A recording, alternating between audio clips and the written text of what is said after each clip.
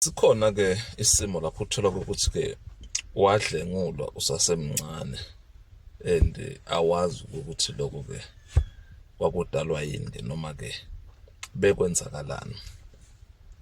Lidlozi lifaka noma ngabe ngisiphi isimo mangabe lifuna kuze kugcine kwenzeke lento lena lelifuna ke ukuthi ke yenzeke.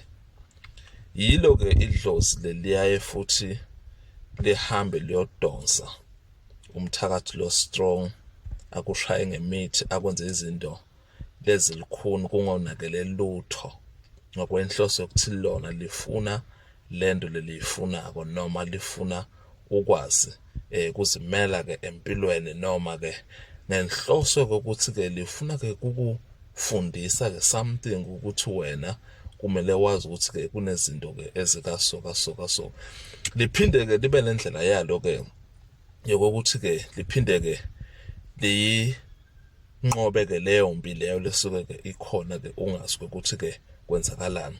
Liphinde ke lilethe abantu, liphinde libasuse. Kanjalo ke nanokungcola ke kwemsamo kuyenza ukuthi wena bese ke ugcine ke sowuhamba solandzelwa ke indvo letingalungile.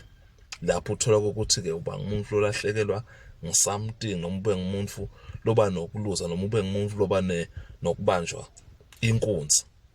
Zonke lezo zinto lezo ziyakhuluma ezisuke ke zihambisana ke nemsamo ukuthi wena wehlakelelwa kulamabhadi ke lawo. Udlengulwa kusuke lapho kusho ukuthi wena ngokwendalo yakho alikho lidlozi lelikuvikelile. Inhlanhla yemadlozi lakwethembile wena noma ke lakugadile angcolile, ingakho ahambe avumele libhadi thize ukuthi lelo bhadi ke lelo ke likwehlakalele, ngoba lawo madlozi lawo asuke kwesinye isikhathi ahambe nemacala akanzelwa izinto lezi kahle, ahambe ke avuke naloyo moya loyo.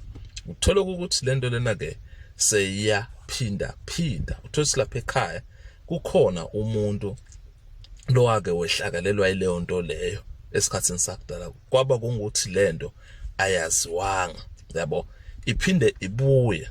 Ingakho into leyake yenzeka ekhaya ihambe leyo nto ibuye mangabe lento ikakasukunyelwa yagezwa ekhaya, yavalwa ke emsamo wasekhaya, kungabi ngilokhu ekhaya ke kuphinda